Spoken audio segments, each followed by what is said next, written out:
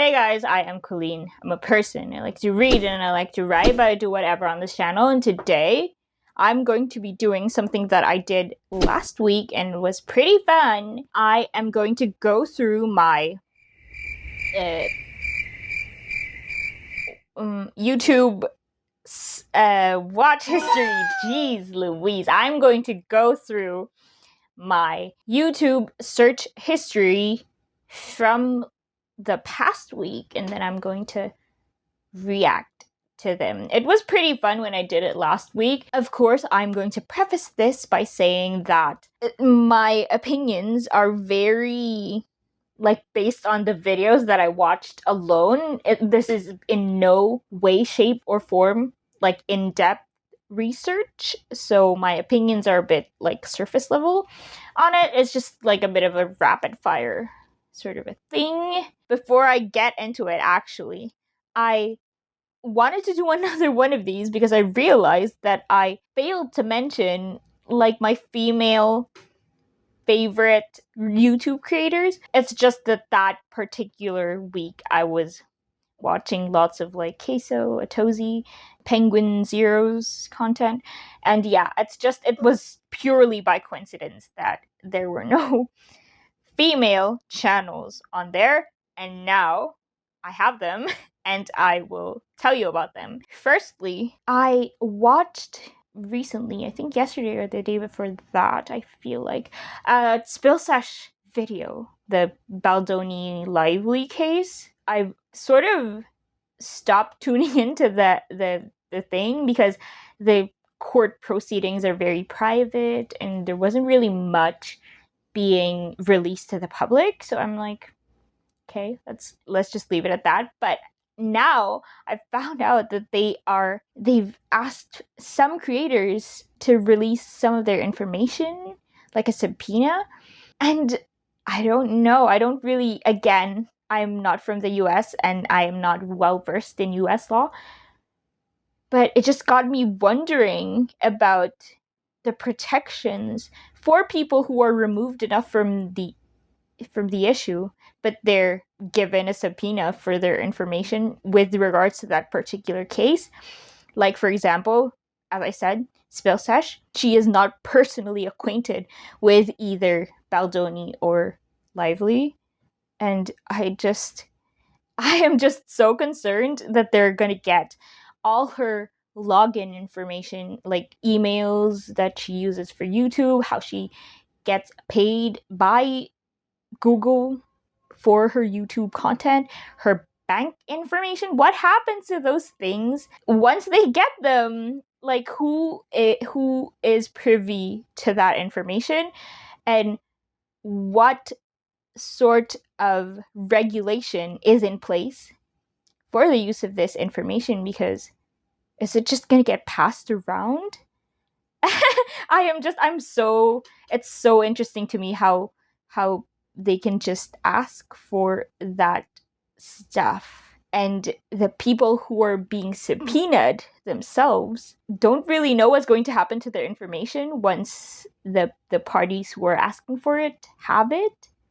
It's interesting. Interesting to me. Okay, so next, that wasn't very rapid. What am I doing? The next thing that I got to watch is the Sloan video. This is a few days old, I feel like, about the Spring-Summer 2026 Fashion Week shows, particularly the ones that are sort of gimmicky and have gone viral for the wrong reasons. And first of all, if people are talking about anything other than how good the clothes are, I think you've already lost, because fashion weeks are meant to be trend-setting things, right? Granted, I think that the gimmicky ones that I saw in the Sloan video, they're ready-to-wear shows. But yeah, models emerging from the water, there's water in the runway and models are emerging like a bunch of Twilight vampires. Just, that scene from Twilight where the vampire is just watching Bella from the water? That is what it was giving. And I just thought that those poor models. I mean, I do recognize that modeling, more often than not, is a career path that is chosen. It's not really something that you are pushed into. And as with anything, things that seem more glamorous when you make the choice to pursue a particular path rather than being compelled to it. But the other side of that is it's still a profession, modeling, and I feel like asking models to go through those things, like, it's completely unnecessary. It was just giving America's Next Top, those old America's Next Top Model episodes where they ask models to walk from like a crane or something, like the runway is at a particular height, like a heights thing, like they're swinging from a crane and whatnot. Just those outrageous types of runways, I feel like is so unnecessary for a real show. It's just beyond the job description. I feel like there's a point where it's becoming also unsafe for the models. I mean, as I said, modeling seems glamorous because it's a career path that is more often than not chosen, but there are still challenges to such a profession. I've seen some shows where the backstage, like, it's chaotic, and sometimes they have to just like be naked in front of like all the staff, all the people, and some people will not be able to do that. But yeah, it's required for like a model to be quick changes, and of course there's a beauty standard. There are things that are required to being a model, but this is not it. It's unsafe, it's not practical, not necessary, I feel like. And it takes attention away from the clothes. Like, I feel like if you make good, pretty clothes, it should speak for itself, and it should not be up to the model to make your clothes interesting. The next issue I stumbled upon by accident because a lot of creators are talking about it in the gaming space. This is a lot of like fashion, gaming, Baldoni and Lively. Like, this is a lot of different genres of content. But yeah, it's just what I found out about. The VShojo VTuber agency is like, everyone's abandoning that ship because they're a bit exploitative, in my opinion. From what I've heard, a lot of their talents are not getting paid. And of course, my take on this is just like a surface level. I'm not really familiar with the ins and outs of their contracts in the VTuber space. But yeah, the VShojo issue, that's like a different level of scummy to me. Someone else raised that money for charity, and it's really important to them, and it's important to the charity. And they were able to, lucky enough to raise this money for people who need it. And you keep that! It's a different level of icky. It's gross. And I don't know what to say. I just don't take money away from charities. Especially, it's not even yours. You're just like a middleman. It's not yours. It's raised by someone else for someone else. Like, that has nothing to do with you. Why are you putting your hand in there? This is a weekly ritual for me, but I really, really like and have been following all of Jenna Phipps's videos. I mean, that whole house building journey. I discovered one of her videos. I think one of her 1 year culmination video. I got to watch it, and then I watched everything. There are currently like 79 episodes, I feel like. Somewhere along those lines. But there are extra bonus content on her second channel. Bonus videos on her second channel. So I feel like I've watched so many.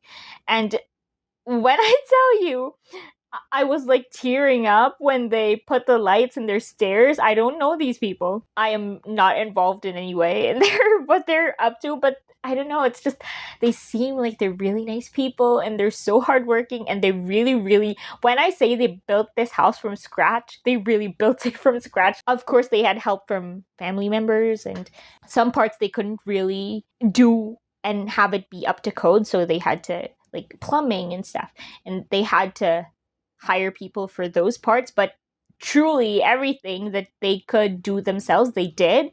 And I feel like that's so admirable on top of making content about it. I was so invested already. If I could recommend any channel for you to watch Jenna Phibbs and her partner Nick Volkov, I think is his surname. But yeah, Jenna and Nick, watch their series. It's really thorough. If you want to see a house get built truly from scratch. I mean, they even tore it down because it was like leaking. It had some problems and there was really no way for them to keep most of the house except for the foundation. So they tore it down and they rebuilt it. It's just, I think it's amazing. And I'm stuttering because I'm so amazed by it. And yeah, watch Jenna Phibbs's content. Next, I think everyone's heard of this, the Coldplay concert issue. The memes that came out of this thing, everyone was doing a parody and some sort of version of the Coldplay kiss cam situation. What I found really interesting and sort of funny is that the guy, I forgot his name, that was caught in that kiss cam thing. I don't know if this is real or not, but I feel like I saw something where it said the guy wanted to sue Coldplay. And it's so on what grounds are you doing that? It was so funny to me. Coldplay as a whole is not like some rinky-dink band that you can just bully into silence. I'm pretty sure they're worth a lot. And the people who are backing them, their management, I'm not sure who their management company is. Atlantic probably, or some version of Atlantic Records, or for sure Coldplay is managed by a big, powerful, rich company, and I feel like saying that you want to sue Coldplay, like a frivolous lawsuit for Coldplay, I think you're gonna get slapped down, and I think that's just not the move. You're gonna get slapped down so hard, and it will just extend this humiliation. Okay, so I have been doing a marathon of this podcast. I mean, they're YouTube videos. This podcast that I recently discovered, it's called Dish, and I feel like it's been around for a bit. I think since the pandemic, I feel like. But it's really so light and fun, and I feel like the guests are always having fun. It's like the Michelin star chef cooks for the guests, and the guests get to request their favorite food or something that they would like to eat, and they're of course asked career related questions, the celebrity guests, but they're also asked like these fun food related questions. Like they asked Cynthia Erivo what her favorite kitchen utensil was, and it's so disarming, I feel like, for the guests, and they always seem like they're having a really good time over there. It's not too serious, plus the food looks really, really good always. They ask you what sort of potato do you like, how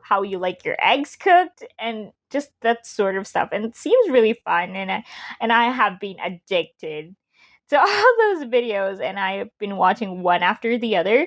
Next one is one of my favorite channels of all time, Kendall Rae. I watch a lot of Kendall Rae. Admittedly, I've been cutting back because I'm too old to not self-regulate when I feel like something is going on up here, and I feel like it's because of the heavy content. Like true crime is a bit heavy sometimes, most of the time. I've been cutting back, but I've been recently getting more into it, and I have always loved Kendall Rae's content because she's so tactful about it, and I feel like there's really a lot of respect when she discusses these cases. She really recognizes that they are like real people, always reminds the audience to be kind to the family.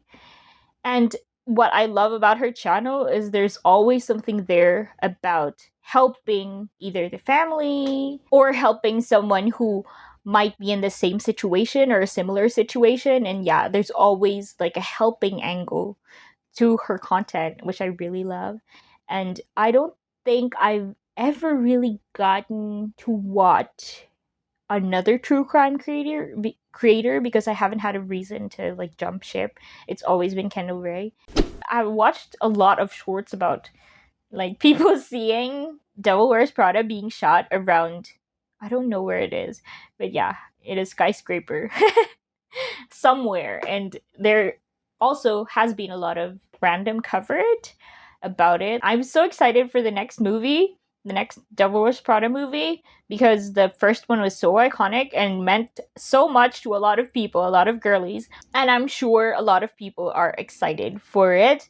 I just expect the costumes, but yeah, the costumes to be top tier because that is what is expected of a fashion related movie, and I just hope they don't F it up. The expectations are high. Those are all the things that I watched the past week, and those were my takes about them. Again, I will reiterate, these are surface level takes, just my opinion on these things. And this is in no way like an in-depth, I researched everything and I looked over everything. It's just the videos that I watched and what I thought about them. I hope you guys enjoy the video. Like, what's going on there? Like, comment, subscribe if you want to, and I will see you guys next time.